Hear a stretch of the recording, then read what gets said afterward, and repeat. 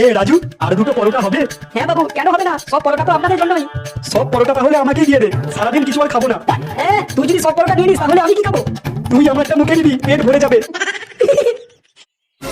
বাবু বাবু, হ্যাঁ, কি হয়েছে তোর? বাবু বাবু পরোটা খাবো, বাবু পরোটা খাবো। হ্যাঁ, পরোটা খাবে? এই তুই চুপ কর। এ রাজু, ওকে দুটো পরোটা দে তো। বাবু বাবু, দুটো পরোটায় পেট ভরবে না বাবু? ঠিক আছে, ও যতগুলো পরোটা খেতে চাই দিয়ে দে, পরোটার দাম আমি দিয়ে দেবো। ওই তুই ওদিকে ভেড়ার মতো দাঁড়িয়ে আছিস কেন? দে পরোটা, দে পরোটা, দে পরোটা খাবো। আজ কতদিনের ইচ্ছা পূরণ হবে তুই জানিস?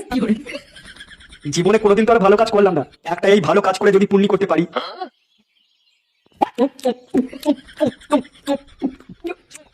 বাবু বাবু, আর দুটো পরোটা। আর দুটো পরোটা খাবি নাকি? আর কত পরোটা খাবি তুই? বাবু বাবু, এখনো আমার পেট ভরেনি। দোকানের সব পরোটা খেয়ে নিলি আর বলছিস পেট ভরেনি? এমন কানে গোড়ায় ঝাপড় মারবো না, ছটপটিয়ে মরে যাবি জানিস। ভিতে করেও আর খেতে পারবি না, যত সব আমার কপালেই জোটে। এ রাজু ভাই, কত হয়েছিল আমাদের? হ্যাঁ, আপনাদের মোট হয়েছে 1200 টাকা। এই খেয়েছে রে, 1200 টাকা কি করে হলো?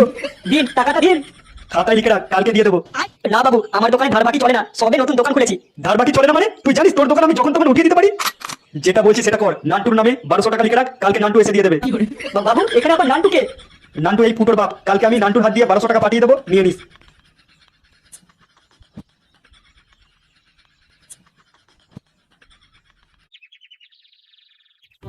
ছেলের অজান্তেই বৌমাকে নিয়ে পালালো গুণধর বাপ।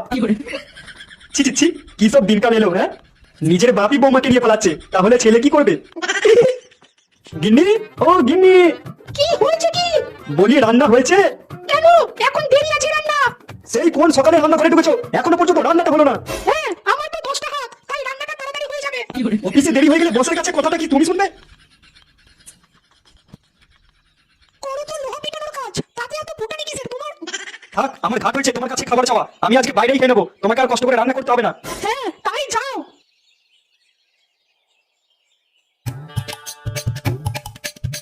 তিনটে পরোটা, একটা কাঁচা লঙ্কা, একটা পেঁয়াজ, একটা সেদ্ধ ডিম, মাত্র 30 টাকা। যাতায়াতের টিকিটও হবে না।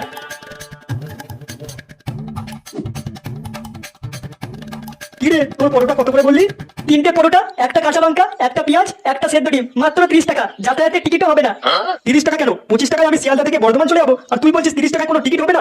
অন্য কাউকে বোকা বানাবি, কিন্তু এই নান্টুকে নয়। কি, আপনার নাম নান্টু? ফুটোর বাপ? এখানে ব্যবসা করছিস আর আমাকে চিনিস না?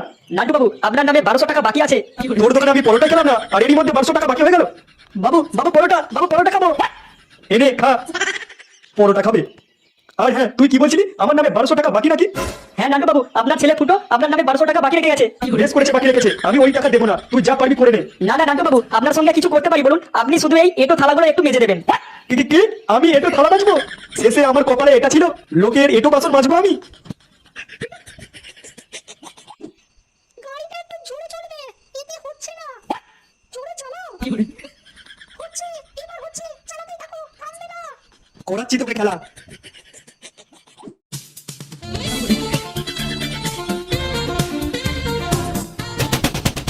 ফুটো, কি রে, দরজা খুলবি না ভেঙে ঢুকবো? দরজা খোলা আছে বাবা। খেলায় এত মধ্য হয়ে গেছো, দরজা বন্ধ করতে ভুলে গেছো দেখছি। কি রে, কাল লাজুর পরোটার দোকানে কি করে এসেছিস তুই? ওটা কই বাবা, কিচ্ছু করিনি তো। তোর জন্য আমি আজকে পাড়ায় মুখ দেখাতে পাচ্ছি না। আজ তোর জন্য রাজুর দোকানে এটো বাসনগুলো সব মেজে তারপরে বাড়ি আসতে হলো আমাকে। একেবারে রাক্ষসের মতো পরোটা খেয়েছিস দেখছি তুই। আজ থেকে তোর 10 দিন খাওয়া বন্ধ থাকবে। নে, এবার জমিয়ে খেলা কর।